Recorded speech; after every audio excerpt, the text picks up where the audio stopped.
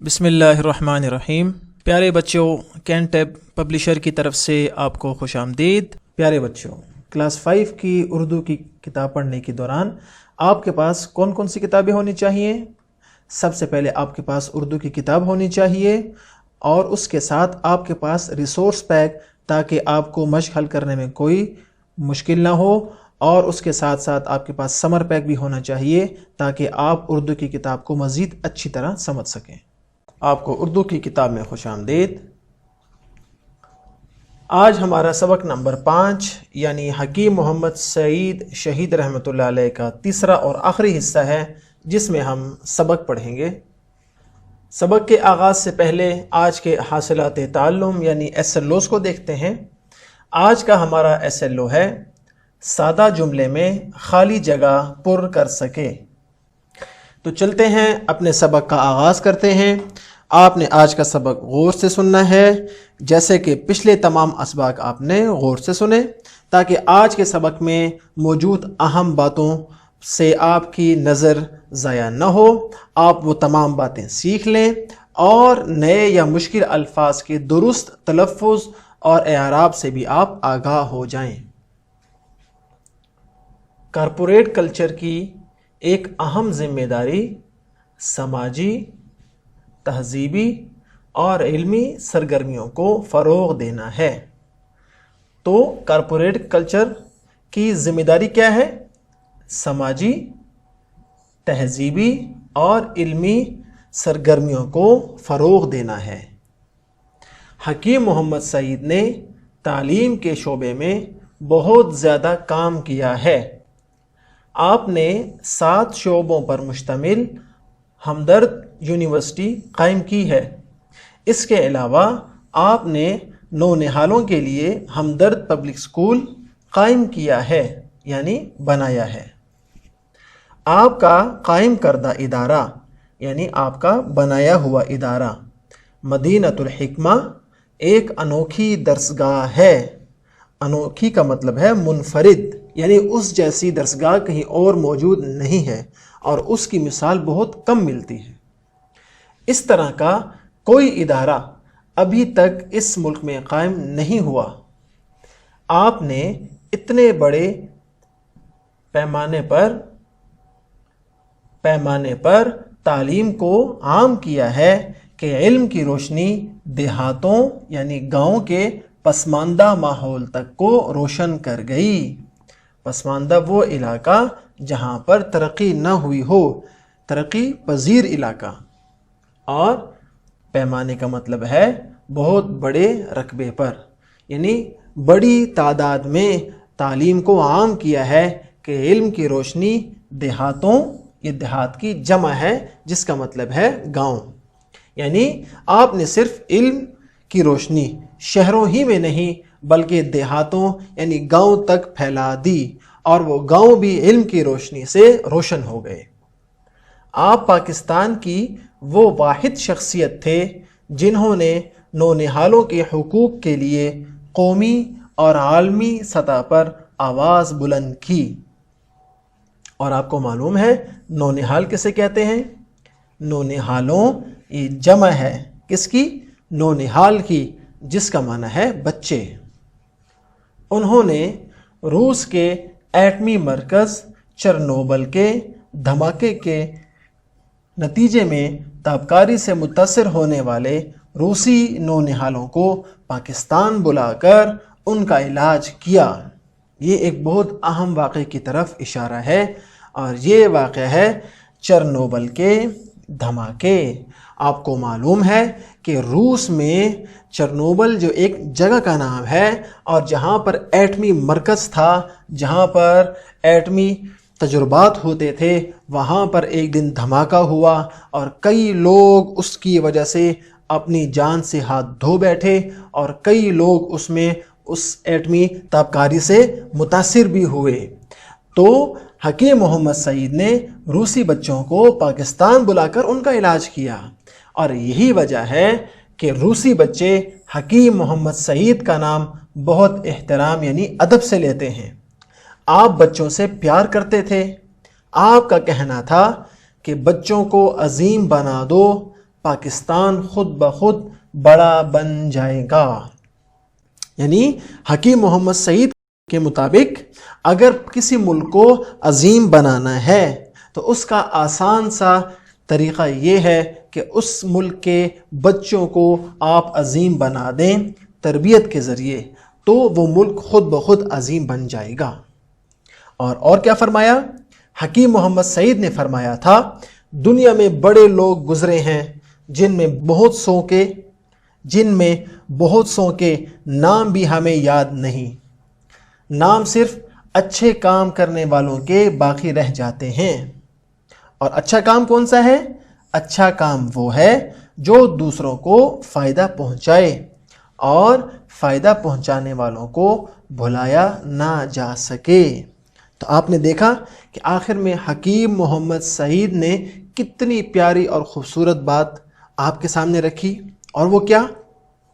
کہ دنیا میں بڑے لوگ گزرے ہیں، بہت سے لوگ دنیا میں آئے اور چلے گئے، اور بہت سے ایسے لوگ ہیں کہ جن کے نام بھی کسی کو معلوم نہیں ہیں. اور نام کس کا معلوم ہوتا ہے اور نام کس کا اچھا ہوتا ہے؟ جو کہ اچھے کام کرنے والے ہوتے ہیں. اور اچھا کام کسے کہتے ہیں وہ بھی انہوں نے خود بتا دیا، جو دوسروں کو فائدہ پہنچائے اور فائدہ پہنچانے والوں کو بھلایا نہ جا سکے. اور آپ نے 17 اکتوبر 1998 کو کراچی میں شہادت پائی، یعنی ان کو شہید کر دیا گیا. تو آپ نے سبق سنا، امید ہے کہ آپ نے اس سبق سے بہت کچھ سیکھا ہوگا اور آپ کے اندر بھی خدمت خلق کا اور بچوں کے لیے بہتری اور ان کے فائدے کے لیے کام کرنے کا جذبہ بیدار ہوا ہوگا. اب دیکھتے ہیں مشکل الفاظ اور ان کے معانی. پہلا لفظ ہے ادبی ذوق، جس کا معنی ہے تعلیمی شوق، کارپوریٹ کلچر، ثقافتی تنظیم سے جڑا ہوا. پسماندہ یعنی پست رہن سہن والے یا ترقی پذیر بھی آپ اس کو کہہ سکتے ہیں. اور پسماندہ وہ علاقے ہوتے ہیں جہاں پر زندگی کی عام سہولیات بھی میسر نہیں ہوتی. سعادت کا معنی ہے خوش نصیبی. خوددار اس کا معنی ہے غیرت مند. مشیر کہتے ہیں مشورہ دینے والا. فائز کہتے ہیں معمور، اور فائز کامیاب کو بھی کہتے ہیں. انوکھی کا مطلب ہے منفرد، یکتا. اب دیکھتے ہیں آپ کے سامنے کچھ سوالات موجود ہیں اور ہر سوال کے 4 جواب ہیں جن میں سے صرف ایک جواب درست ہے. ہم نے مل کر اس ایک درست جواب کو تلاش کرنا ہے. تو چلیں سوالات کو دیکھتے ہیں. ہمارا پہلا سوال ہے حکیم سعید نے کتنے برس کی عمر میں ناظرہ قرآن پاک پڑھ لیا تھا؟ ناظرہ قرآن پاک کتنے سال کی عمر میں؟ 5 سال. حکیم سعید نے حج کی سعادت کتنے سال کی عمر میں حاصل کی؟ یہ ہے 7 سال. حکیم محمد سعید کون تھے؟ طبیب، ادیب، مفکر یا یہ تمام؟ تو درست جواب ہوگا یہ تمام. سوال نمبر 4 ہے مدینۃ الحکمہ ایک درسگاہ ہے، کیسی؟ انوکھی، ابتدائی، بڑی یا پسماندہ؟